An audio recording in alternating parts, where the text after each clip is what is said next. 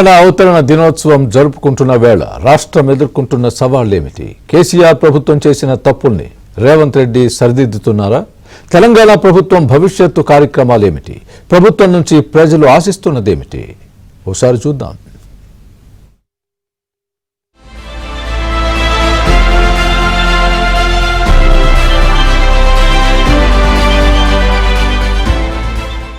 రాష్ట్రాన్ని కేసీఆర్ పూర్తిగా అధోగతి పాలు చేశారని కాంగ్రెస్ ప్రభుత్వం అంటోంది. అధికారాన్ని తమకు అప్పగించే నాటికి పాలనా వ్యవస్థ అస్తవ్యస్తంగా ఉందని ససాక్ష్యంగా నిరూపించింది. ఈ క్రమంలో రాబోయే కాలంలో ఏ కార్యక్రమాలు చేపట్టబోతున్నారో కాంగ్రెస్ ప్రభుత్వానికి ఒక స్పష్టతకు వచ్చింది. వివిధ ప్రభుత్వ పథకాలు, కార్యక్రమాలను ప్రారంభించాలని రాష్ట్ర సర్కారు భావిస్తోంది. దీంతో పాటు ఇప్పటికే మొదలైన స్కీములను స్పీడప్ చేయాలని నిర్ణయించింది. ఇందుకోసం ప్రత్యేకంగా మిషన్ 26 డేస్ పేరుతో పలు కొత్త పథకాలు, కార్యక్రమాల అమలును వేగవంతం చేస్తోంది. స్థానిక సంస్థల ఎన్నికలు నిర్వహించాలని భావిస్తున్న ప్రభుత్వం రాష్ట్ర ఆవిర్భావ దినోత్సవం నాటి నుంచి వరుసగా రాజీవ్ యువ వికాసం, గ్రామ పాలన అధికారులకు అపాయింట్మెంట్ ఆర్డర్లు, ఇందిరమ్మ ఇళ్ల ప్రారంభోత్సవం లాంటి కార్యక్రమాలు చేపట్టబోతోంది. దీంతో పాటు రైతు భరోసా పెండింగ్ నిధుల చెల్లింపునకు నిర్ణయం తీసుకుంది. 3వ తేదీ నుంచి రాష్ట్ర వ్యాప్తంగా భూ సమస్యల పరిష్కారం కోసం రెవెన్యూ సదస్సులు ప్రారంభించబోతున్నారు. అందులో భాగంగా రెవెన్యూ ఆఫీసర్ల సెలవులను రద్దు చేసింది.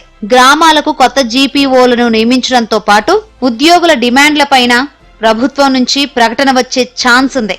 ఎమ్మెల్యేలంతా తమ నియోజకవర్గాల్లో ప్రజా సమస్యలను పరిష్కరించడంపై దృష్టి పెట్టాలని సీఎం రేవంత్ రెడ్డి ఆదేశించారు.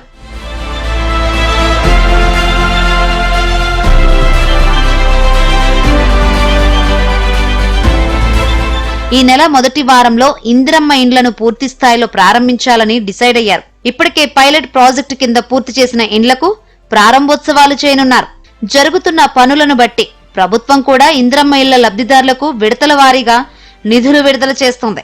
వానాకాలం పంట సీజన్ ప్రారంభం కావడంతో రైతు భరోసా పథకం కింద పెండింగ్ లో ఉన్న నిధులను ఈ నెల చెల్లించాలని ప్రభుత్వం నిర్ణయం తీసుకుంది. వాస్తవానికి మేలోనే పూర్తిగా చెల్లించాలని అనుకున్నప్పటికీ ఆర్థిక పరిస్థితులు అనుకూలించలేదని చెప్తున్నారు. దీంతో జూన్ మొదటి వారంలోనే పెట్టుబడి సాయం ప్రారంభించాలని ఇప్పటికే అధికారులను సీఎం రేవంత్ రెడ్డి ఆదేశించారు. మనకి మరి అట్లీస్ట్ మనం చూసుకుంటే మరి 3,000 రూపాయలు అంటే 5 ఏళ్ల పేరుతో 15,000 రూపాయలు గ్యాస్ సబ్సిడీ పేరుతోని ప్రతి కుటుంబం పొందుతుంది. ఉచిత ప్రయాణంలో మన మహిళలను మనం చూసుకున్నట్లయితే కుటుంబానికి ఒక నెలకు 3,000 రూపాయలు వేసుకున్న సంవత్సరానికి మనకు 36,000 రూపాయలు వస్తుంది.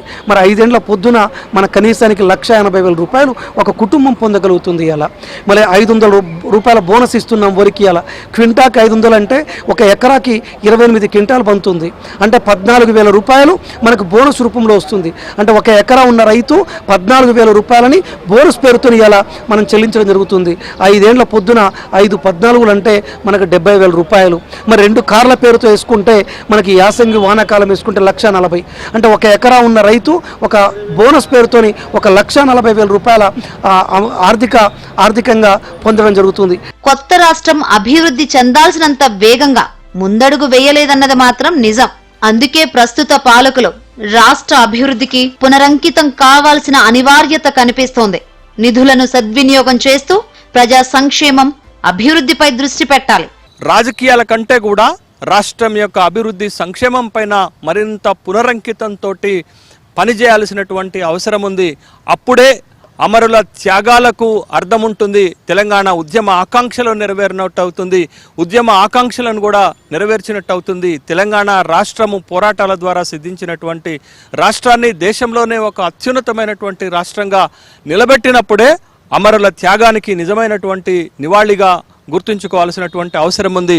ఈ 11 సంవత్సరాల్లో తెలంగాణ రాష్ట్రము అద్భుతమైనటువంటి విజయాలు సాధించినప్పటికీ కూడా కావలసినటువంటి ప్రజలకు, కింది స్థాయి ప్రజలకు జరగాల్సినటువంటి సంక్షేమము, అభివృద్ధి జరగలేదనేటటువంటి అభిప్రాయాలపైన రాబోయే రోజుల్లోనైనా ప్రభుత్వం దృష్టి పెట్టాలి.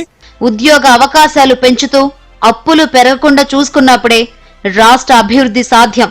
అవినీతికి ఆమడ దూరం ఉండడం అంతే అవసరం.